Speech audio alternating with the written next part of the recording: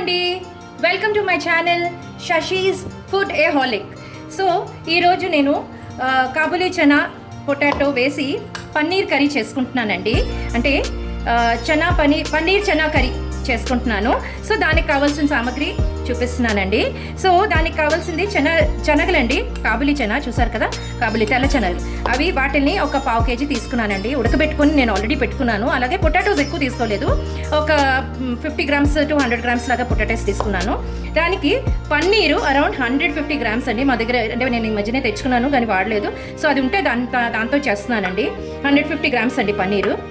అలాగే దానికి కావాల్సిన సామాగ్రి అండి, ఇదిగో మసాలాలు కొంచెం వేసి చేస్తే చాలా టేస్టీగా ఉంటుందని అవి చేసుకున్నాను. అలాగే ఇందులోని నేను ఆనియన్, తర్వాత జింజర్, గార్లిక్, టొమాటో ఇవి కలిపి మిక్సీ చేసుకొని పెట్టుకున్నానండి. సో ఇవన్నీ వేసుకొని ఈరోజు మనం పన్నీర్ చనా కర్రీ చేసి చూపిస్తానండి మీకు. సో ఫస్ట్ ఆఫ్ ఆల్ నేను కళాయి పెట్టుకొని నేను కొంచెం ఆయిల్ వేసుకొని పెట్టుకున్నానండి రెడీగా. సో ఇప్పుడు మనం ఈ పన్నీర్ని ముందు వేపేసి తీసేసుకుందాము. సో పన్నీర్ ఎందుకంటే మనం ముందు వేపుకొని తీసుకుంటాం. మనం జనరల్గా వేపుకొని అంటే మనం కానీ కర్రీలో వేసుకోవాలనుకోండి, వేసుకుంటే అది కరిగిపోతుందండి, మీకు మెత్తగా అయిపోతుంది బాగాని వేపుకోపోతే. అదే మనం చాలాసార్లు వేపకుండా పచ్చిగా వేస్తారండి, మీరు హోటల్స్లో చూస్తారు పచ్చిగా వేస్తారు. సో అక్కడ ఏంటవుతుందంటే మీకు వాళ్ళు కూరంతా అయిపోయిన తర్వాత జస్ట్ దింపే ముందు వేస్తారండి.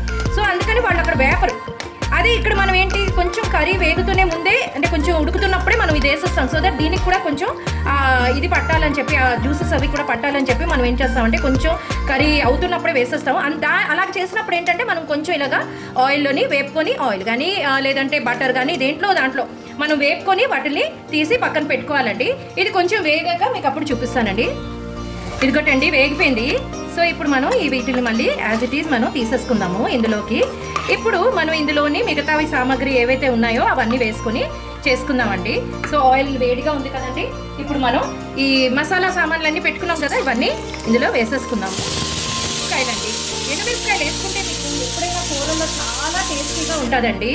సో ఇలా జస్ట్ మీరు చిక్కేసుకొని ఇలా వేసేసుకోవచ్చు. సో ఇలా వేసేసుకొని ఈ మసాలా సామాన్లోనే ఇవి కూడా ఇలా వేసేసుకొని కొంచెం ఇలా వేపేసుకోండి. వేపేసుకునేక ఇప్పుడు మనం రుబ్బుకొని పెట్టుకున్నాం కదండి ఈ ఉల్లిపాయ, టమాటా, అల్లం వెల్లుల్లి పేస్ట్ అండి. ఇది ఇలాగా వేసుకునేక చక్కగా ఇది కూడా ఇందులో వేసేసుకున్నాము. వేసుకొని ఇప్పుడు మనం దీన్ని బాగా వేపేసుకుందామండి.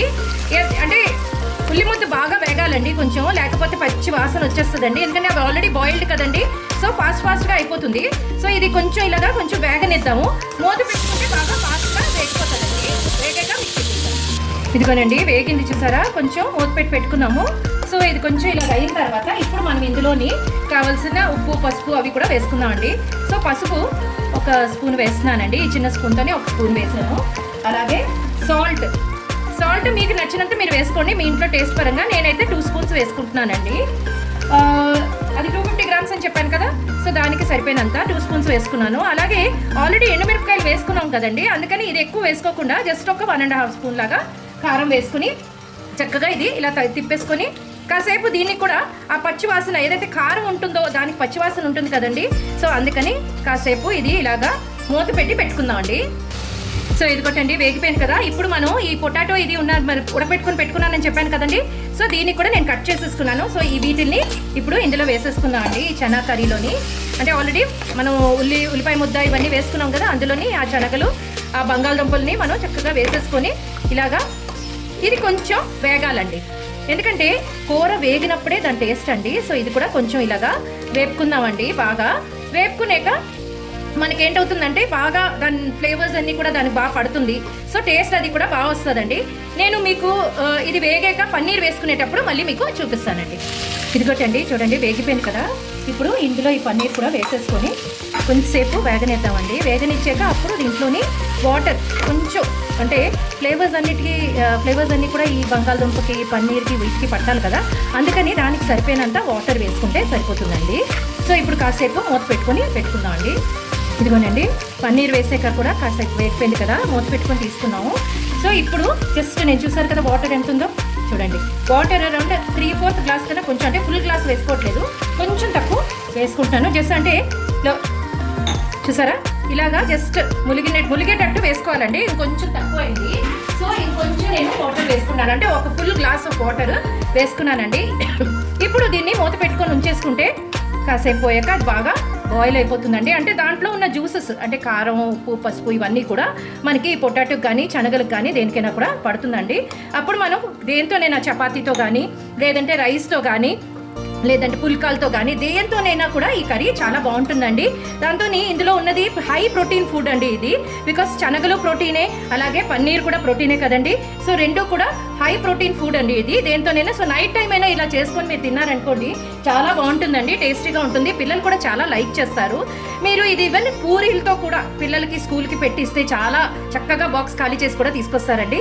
సో మీరు ఇది అయ్యాక నేను మీకు చూపిస్తాను, మీరు ఇది కూడా ట్రై చేసుకోండి. చేసి అప్పుడు తిని నా కామెంట్లో కూడా చెప్తురు. కానీ ఇప్పుడు నేను ఇది కంప్లీట్ అయ్యాక మూత పెట్టుకుంటాను. కంప్లీట్ అయ్యాక మీకు చూపిస్తానండి. ఇదిగోటండి వాటర్ వేసి పెట్టుకున్నాం కదా, చూసారా చక్కగా దగ్గరగా అయిపోయింది. ఇప్పుడు మనం దీన్ని దించేద్దామండి. ఆఫ్ చేసే ముందు నేను ఈ కొత్తిమీరని గార్నిష్ చేసి పెట్టుకున్నానండి, కట్ చేసుకొని. సో దీన్ని గార్నిష్ చేసేద్దామండి. ఇలాగే గార్నిష్ చేసేసి మీరు చక్కగా పెట్టుకోవచ్చండి. ఇప్పుడు మీరు పిల్లలకి ఇలా చేసుకుని పెట్టుకోవచ్చండి.